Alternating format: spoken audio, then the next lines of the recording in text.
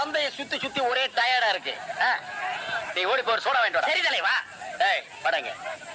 அது என்ன புதுசா தலைவாங்கற? இப்ப அப்படி கூப்பிடுறேன் பேசல தலைவா. இப்படி கண்ட கண்ட பயலுகள் எல்லாம் வா தலைவா, வந்திரு தலைவா, போ தலைவா, பொந்துரு தலைவான்னு சொல்றதுனால தான் ஒரிஜினல் தலைவனுக்கே மரியாதை இல்லாம போயிடுது. இனிமே தலைவான்னு உன் பண்ணித்தலை பிஞ்சு போயிடும். வாடா போய் சோடா வாங்கிட்டு வாடா. டேய் பண்ணித்தலை வாடா, சோடா உடைச்சு வாங்கிட்டு வா. சரி. சுப்பிரமணிய அண்ணா. தங்கச்சி சொல்லு தங்கச்சி. என் புருஷன் நெஞ்சு வலியால செத்துட்டாரு. அவர் செஞ்ச இன்சூரன்ஸ் பண்ண 2 லட்சம் எப்பன்னா என் கைக்கு வரும்? அப்படி கேளு. இவனை மண்ணுக்குள்ள எப்ப புதைக்கிறோமோ அப்பவே அந்த 2 லட்சம் உன் கைக்கு வந்துரும். ஆமா தங்கச்சி, அந்த 2 லட்சம் பணத்தை வாங்கி என்னமா பண்ண போற? என் புருஷன் அடிக்கடி சொல்லுவாரு, நான் செத்ததுக்கு அப்புறம் நீ ஒரு சொட்டு கண்ணீர் கூட விடக்கூடாதுன்னு. அவர் ஆத்மா சாந்தி அடையணும்னா நான் இன்னொரு கல்யாணம் பண்ணிட்டு சந்தோஷமா இருக்க ராஜா, நீ கேட்ட